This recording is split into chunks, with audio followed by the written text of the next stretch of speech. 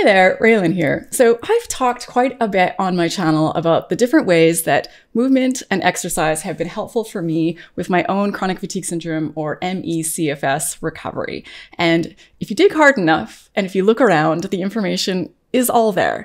And recently, I pulled together the 3 main strategies that worked for me with my recovery, and I presented it. I was so honored and excited to be asked to be a speaker at this year's Long Covid and ME/CFS Holistic Health Summit. It was a virtual summit. I'll link it in the video description if you want to check it out. But I thought it might be helpful to have this information here all together, nice and concise somewhere for people who subscribe to my channel as well. So if you've seen a lot of my other videos, there's a good chance that you've heard all of this before. So this might not be the video for you, but I'd still love it for you to stick around. We'll have some fun. We always have fun, don't we? And think of it like a review. And maybe, just maybe, you missed one of the videos and there will be something new in here for you. So let's dive right in. Now, I'm not a doctor. This is just what worked for me. So of course, as with anything, you're going to have to, decide for yourself and listen to your trusted healthcare professionals before deciding if anything that I or anybody else talks about might be right for you. In this video, I'm actually going to cover 3 things. So first, I'm going to go through some reasons why considering incorporating movement into your health journey is important. And then second, I'm going to go through some specific strategies that ended up working for me. And then I'll finish off with what are, in my experience, and some of the people that I've spoken to, are some of the common pitfalls with movement and exercise programs. Some ways that they go wrong, some barriers to them being successful, and some ways around that. All right, so let's jump right in. So to start with, why should I care about movement? Why is it important? I feel terrible, and when I move, I seem to feel worse. So why shouldn't I just skip this altogether? Well, I imagine, like you and many people facing chronic illness, I did a ton of reading and research. We have to become a bit of experts, don't we, on our bodies, because quite often we can't find the answers that we need elsewhere. So in reading books by many different doctors and experts and professionals, I came to appreciate that one big reason for making sure you have some form of movement in your life is that exercise actually triggers these grow signals that it sends to your body, and it tells your body that it's time to thrive. And when we are not moving, when we are still most of the time, it's sending opposite messages to our body. So it sets in motion something in our body that helps kick off that healing process. When you get your body moving, you create a surge that changes the activity and the biology of virtually every organ and every muscle in your body. So movement, I've come to appreciate, is very important. And I've come to appreciate that movement isn't just important for people who are unwell or people who are trying to get past something. It's just as important for healthy people as well. We seem to have some misinformed ideas about how exercise can help us. We think of it as this one daily session that we do, and then we're done, and we don't have to move for the rest of the day. But the experts out there are saying that moving our body just one time a day isn't enough. So it can help to think of your body as a body of water that is out in nature. And considering we are mostly made up of water, this isn't that much of a stretch. So bodies of water in nature that are still are breeding grounds for nastiness and disease. But bodies of water that are moving have a much better chance of being healthy. So our bodies, I've come to appreciate, are very much the same. We need to move to keep things moving in our body so that it can do what it needs to do to keep us healthy. Which leads me right into reason number 2 for why we should care about movement. Because our body's lymphatic system, which is essentially, to really oversimplify it, is our body's garbage removal system, relies on certain things for it to work. Now, we have more lymph in our body than we have blood, but our blood has a pump. We have our heart, but the lymph does not. So our lymph needs us to move for it to move. Now, reason number 3 I found for why putting focus on movement is important is that even in very small amounts, for me, it slowly built strength and endurance that helped me to slowly get past this illness. I'm about to jump into how I incorporated movement, but when I did, and when I did so extremely gradually, what I found from that, by building that little tiny bit of strength slowly and that little bit of endurance, increased the range and the amount of what I could do in life. I had less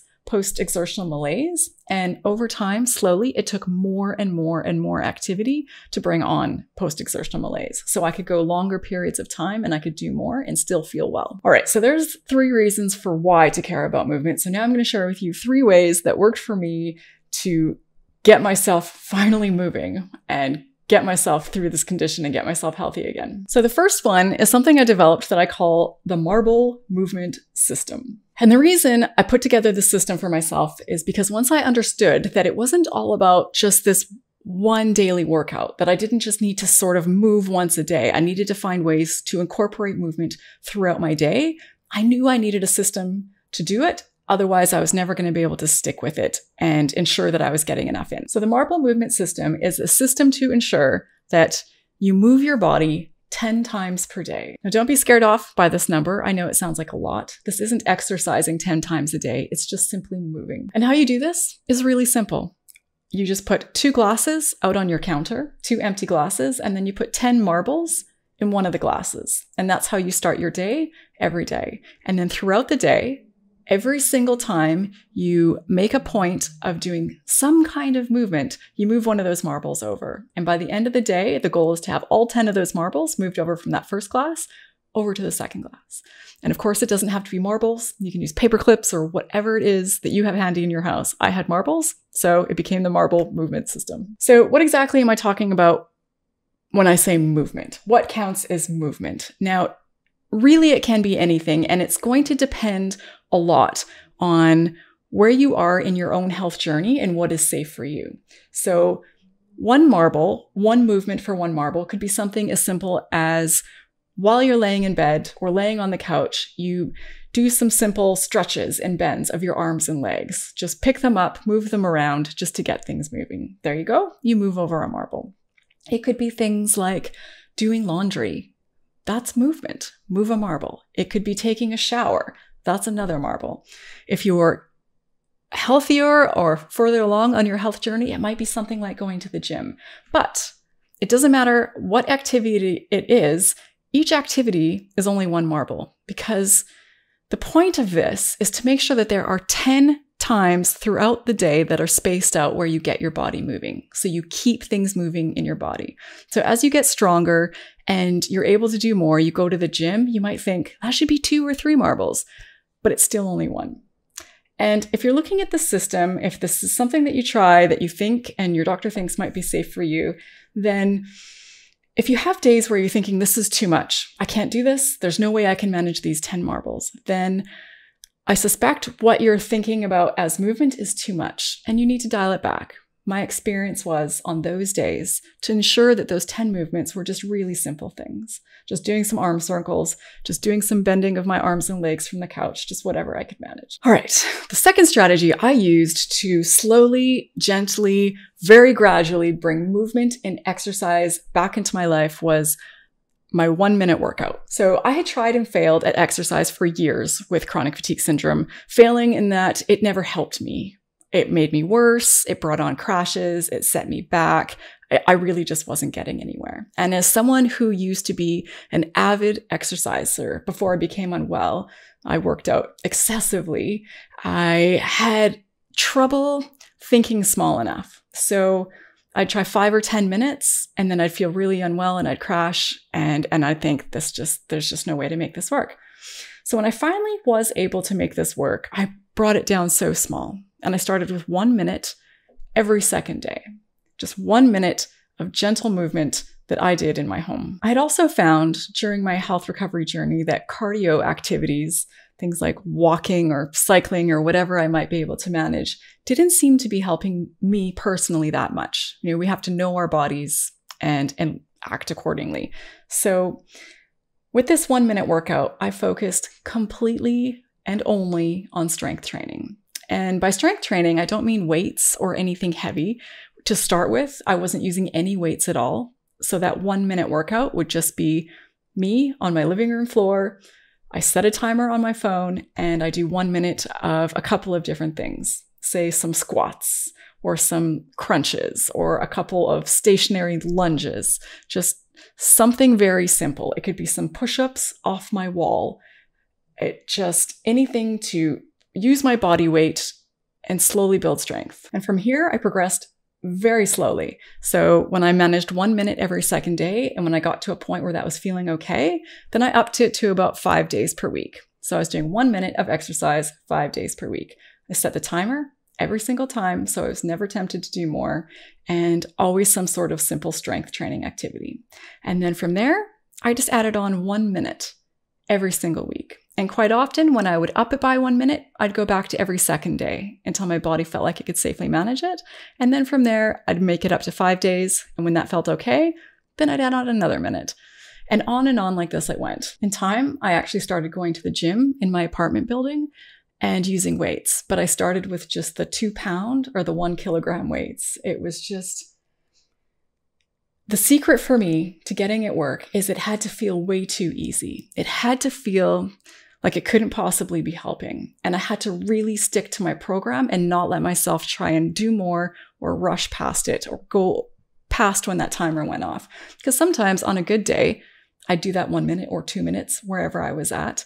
And I think I feel okay, I could do more. But I just made a commitment to myself to stick to the plan and a trust in the long term that this would get me where I was trying to go. And after about a year of this, I was up to 1 hour long workouts in the gym, strength training, where I could push pretty much as hard as I wanted to. So it did take some time, but after so many years of failed attempts, spending 1 year gradually working up to this point felt like a huge success for me. And if you're unfamiliar with strength training, if you're not sure what activities to do, the internet is full of options. There are tons of videos, there are apps. I even have YouTube videos out on gentle strength training. So you don't even need to think. You don't need to make a plan. Just find someone online that you like, someone who knows what they're doing, follow some of their ideas, and there you go. Now, the third system for incorporating movement back into my life is what I call the ratio running system. So once I got myself to a place where I was feeling really strong with the strength training, I wanted to start running again. I had been a runner prior to getting unwell, prior to getting chronic fatigue syndrome, and I wanted to get that back.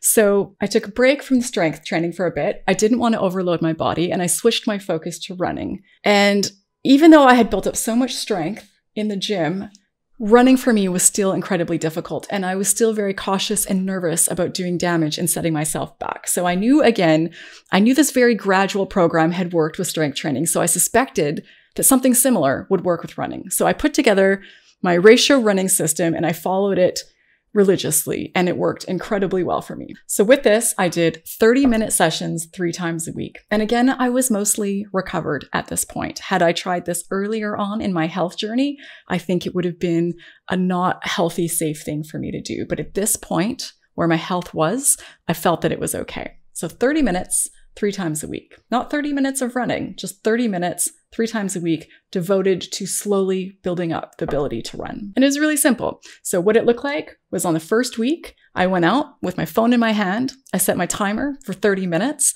and I walked for the first 9 minutes. And then I ran for 1 minute. And then I walked for 9 more, and then I ran for 1.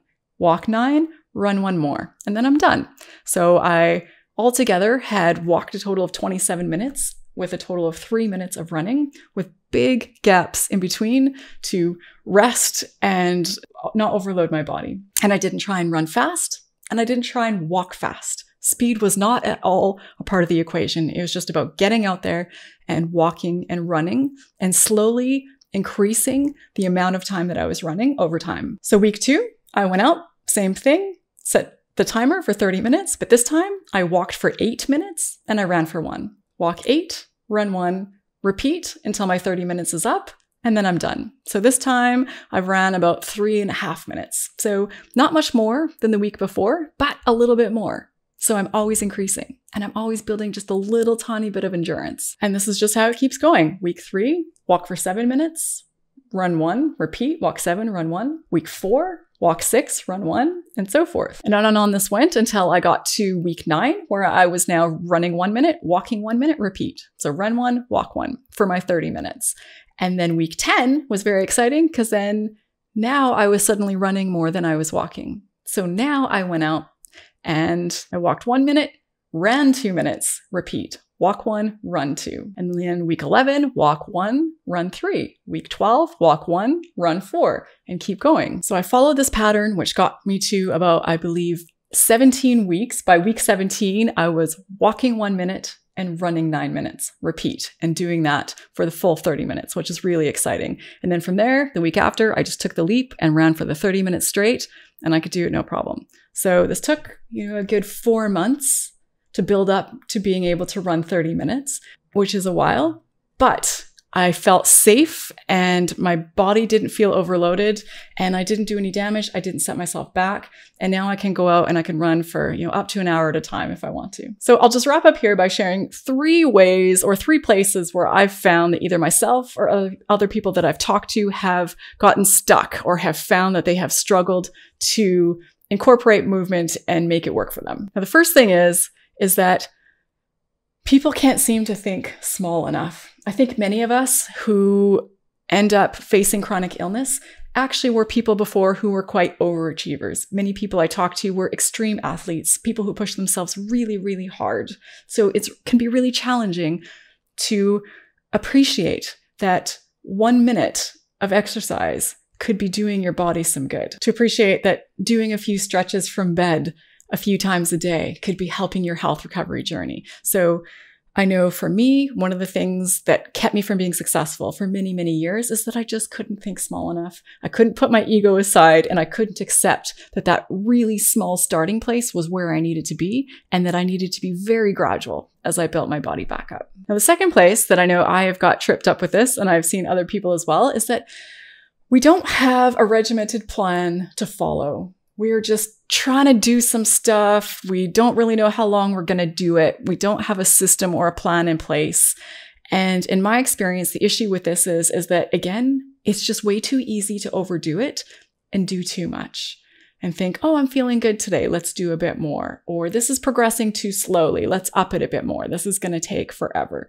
But having a plan and using a timer to make sure you stick to it, it ensures that you don't do too much and you don't set yourself back. And the third thing that I've found can get in the way of success with movement programs like these is that the metrics we use to measure our success are not helpful. We're looking at things like the numbers on the treadmill. So let's say you're using a treadmill for your walking program and you see at the end of your session that you only burned 14 calories. That doesn't matter. We don't care about calories. That is not why we're doing this. Or we're looking at numbers on the scale and we're using weight loss or how we look physically as our metric to whether or not we're succeeding. But in my experience, none of this was about changing my physical appearance. That was not the goal. It was about changing everything on the inside. It was about making the inside healthy. So I think when we fixate too much on things like appearance or numbers on equipment or scales, it can make us feel like we're not getting anywhere, when in fact we really are. And I've found that even with forgetting about all of those other metrics and just focusing on what's happening on the inside, the outside eventually matches because you are getting healthier, you are getting stronger, and you are getting in much better shape. So with programs like this, on any given day, it might not seem like you're getting anywhere, but there is a compound interest of sorts with these sorts of small changes. And if you keep your focus on your trajectory, on where it's all taking you. Are you slowly going the right direction? And look in the long run where you're going to end up. That will help you keep your focus and that will get you where you're trying to go. So that's it. Thank you for watching. I am sending love and hugs to you for your own health journey. Hang in there. You have got this.